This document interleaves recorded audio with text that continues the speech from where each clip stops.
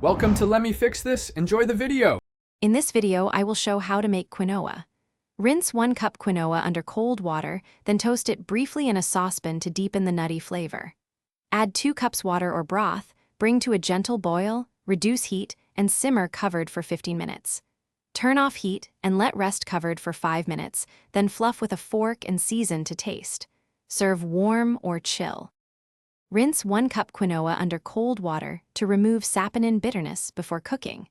Use 2 cups water or broth per 1 cup quinoa for fluffy texture. Simmer covered on low heat for 15 minutes, then rest 5 minutes before fluffing. Toast the seeds briefly in oil or a dry pan for extra aroma, and adjust salt after cooking to avoid oversalting. Leftovers store for 4 days in the fridge and freeze well for up to 3 months.